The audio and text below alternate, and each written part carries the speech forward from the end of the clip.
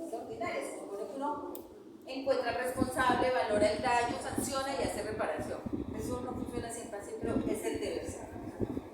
En justicia restaurativa, en la investigación hay que hacer lo mismo. Dijimos, bueno, pero ¿cómo vamos a valorar el daño con delitos que han pasado? Y estoy hablando de violencia sexual hace 20 años, 15, 35. Tuvimos unas primeras grandes discusiones con medicina legal, con expertos que decían, no, esto no se puede valorar, no, eso tiene que haber forma de hacerlo. Y con el, la culpabilidad y la felicidad, o sea, eso también. claro, pero se manejan de otra manera. Porque estamos No, porque para hacer delito precisamente. claro, pero entonces tú, en justicia ordinaria, ¿cómo los pruebas? Tienes que tener una prueba de que el hecho pasó, tienes que tener material probatorio, tienes que entonces entrar a juicio, tienes que confrontar pruebas. Y tiempos determinados, porque si se pasa de los tiempos determinados también. Claro, y por eso no es justicia ordinaria, sino justicia restaurativa. Entonces, ¿cómo hacemos nosotros acá? Ok, con estos grupos vocales dijimos, vamos a ver ustedes cómo documentaron sus casos. Y las víctimas se abrieron a conversar y a documentar. Y a decir, oiga, quiero decir esto y me acuerdo de esto, porque una cosa es cuando uno lo están interrogando, otra cosa cuando uno está contando. Y cuando uno está contando se acuerdan más cosas que cuando tiene presión. Y cuando uno tiene que dice, pero usted dijo que fue a las 3 de la tarde, ahora dice que a las 6. No, si esa persona es diferente. Entonces, eso cambia el relato. Primer punto.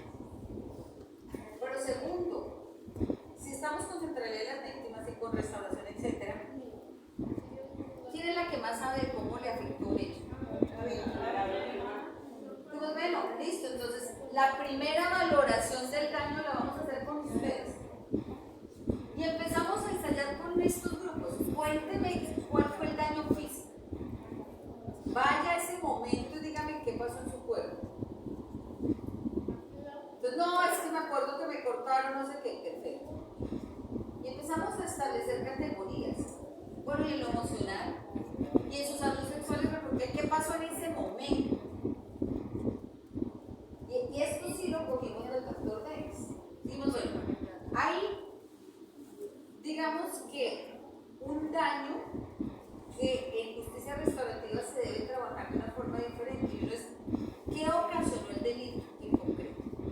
No, y estamos hablando de violencia sexual, que fue con lo que empezamos, ya lo estamos haciendo con víctimas de falsos positivos, pero estamos diciendo, bueno, ese día que recuerdas de tu cuerpo, no, que es que me cortaron, no sé qué, perfecto.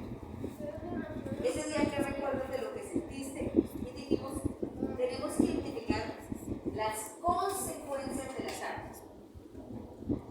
Pero, ¿fuiste al hospital? Sí, ¿qué pasó? No, no fui por eso. Y resulta que entonces dijimos, ok, entonces el daño no solamente es lo que me causó el que me atacó, sino lo que me causó la no atención o la atención inadecuada de quién de las instituciones. Entonces nosotros lo novedoso en este modelo es que también vamos a establecer responsabilidad en el daño de las entidades. Entonces, ¿qué pasa? Que eso es parte de lo que el doctor Darín nos decía. Si hay una atención adecuada en su momento, tú llegas hasta consecuencias y previenes impactos. Pero si no hay una respuesta institucional, tienes el daño directo del atacante y una responsabilidad de quien no atendió o atendió. Y hemos hecho ejercicios con víctimas, porque todo esto lo hemos ido construyendo con ellas, ya te doy la palabra. Entonces, ¿qué hemos dicho? Hicimos todo un proceso y logramos identificar que había consecuencias, impactos en salud, pero los separamos en salud física, en salud emocional, en salud sexual y reproductiva, que nunca se tiene en cuenta. Es como la víctima de abuso sexual se dio su vida sexual y reproductiva como si fuera normal. No, no es normal, perdón. Y el bienestar espiritual que lo incorporaron las indígenas. Y esto lo fuimos construyendo así, separando, diciendo, bueno, y fue interesante porque entonces dijimos, ok,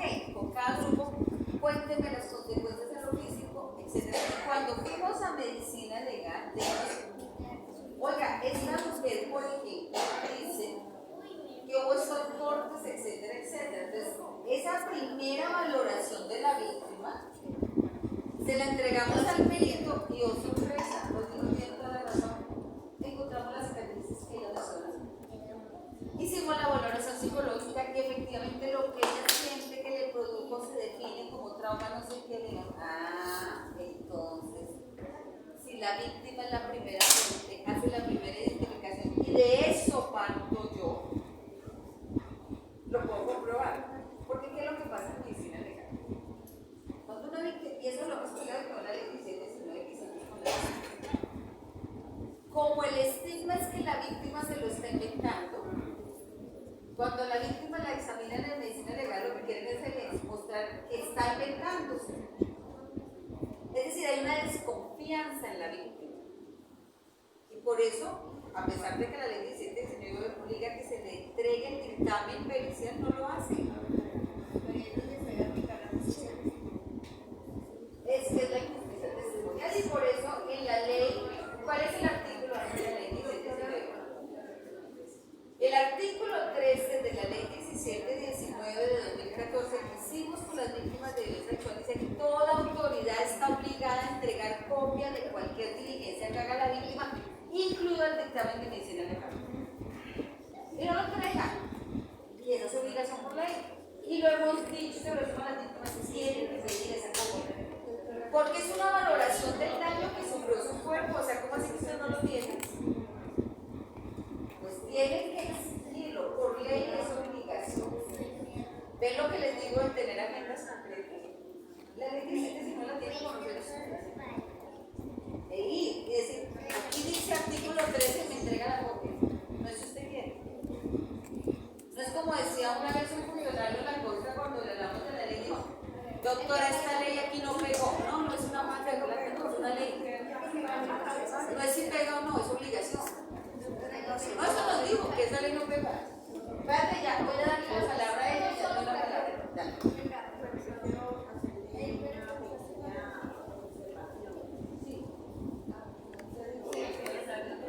Ay, perdona, una moción de orden, es que no nos estamos escuchando. Sí, es que tiene mucho. Cuando uno está secuestrado, ¿qué médico puede ir? ¿A ninguno? ¿Cuándo nosotros las víctimas de este problema invirtieron a un psicólogo? Desgraciadamente nos dañaron la vida del psicólogo. Y ahí estamos, todavía esperando. Mi caso se lo debo a Liliana Marulanda y Amparo, que fue las que me empujaron. Declare. ¿Cómo va a declarar uno algo? Y ellas me cogieron y tienen que hacerlo, y no se puede hacer. La única que supo todo en mi caso fue la doctora Gloria, que fue la que me recibió cuando hice la grabación. Porque es algo que a nosotras las mujeres, hoy en día yo lo puedo decir, porque yo antes decía que nunca hablaría de eso, pero es algo que desgraciadamente la vida. Nunca fueron a un médico, porque ¿qué iba a ir a un médico si fueron 4 largos años de estar allá en un infierno, pudriéndose.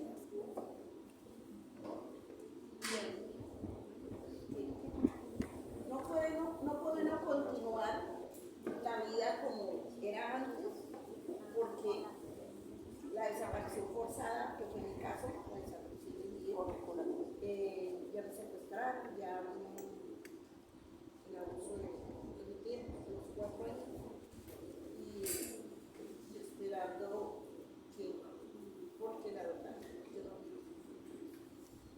Pero tú lo has dicho, fue importante hablar.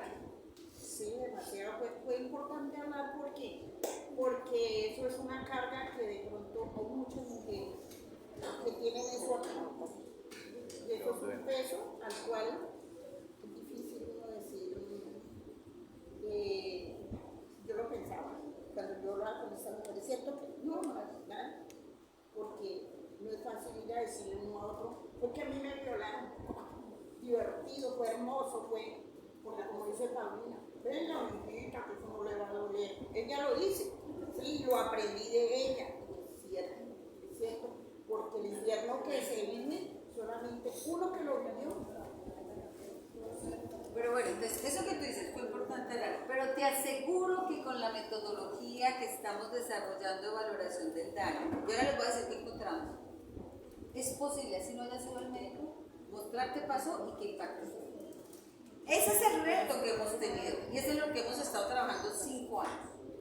Lo estamos haciendo con expertos de medicina legal, con médicos como el doctor Santiago Rojas, con gente que se comprometió a ayudarnos a diseñarla y lo estamos logrando porque nos han dicho es, olvídese, ustedes no van a aprobar y decimos, pues lo vamos a aprobar.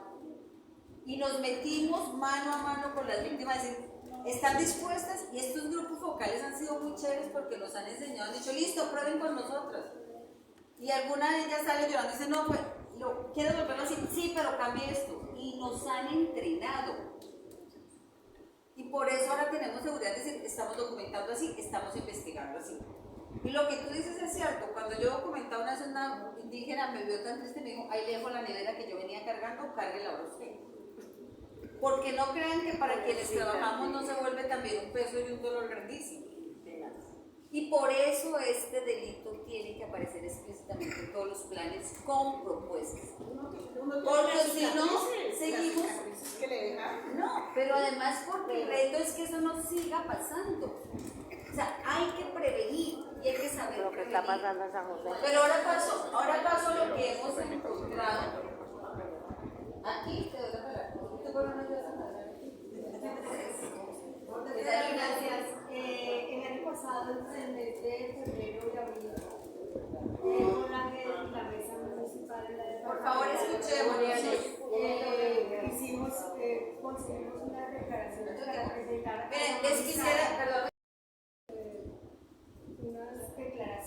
Conseguimos unas declaraciones para presentarle a la magistrada. Se hizo un evento muy bonito, pero me llamó mucho la atención.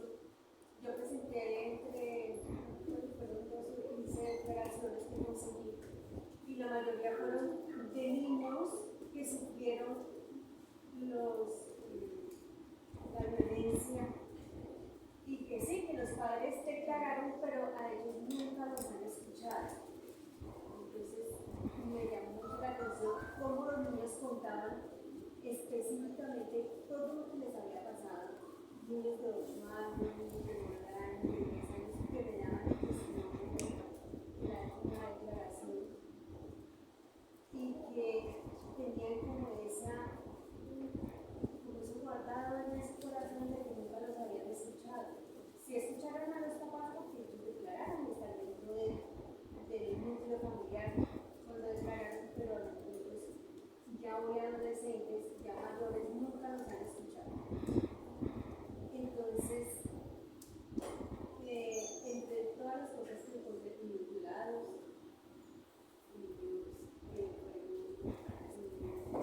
testigos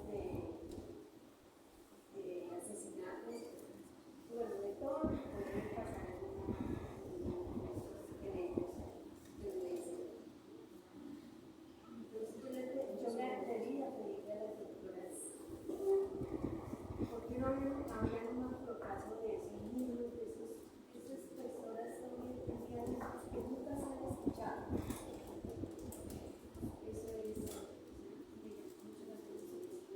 Nosotros tenemos una guía que elaboramos con jóvenes que fueron víctimas siendo niños y niñas, se llama Guía para investigar delitos contra niños, niñas y adolescentes en el conflicto armado por enfoque restaurativo. Y lo hicimos con ellos y niñas para eso que tú dices.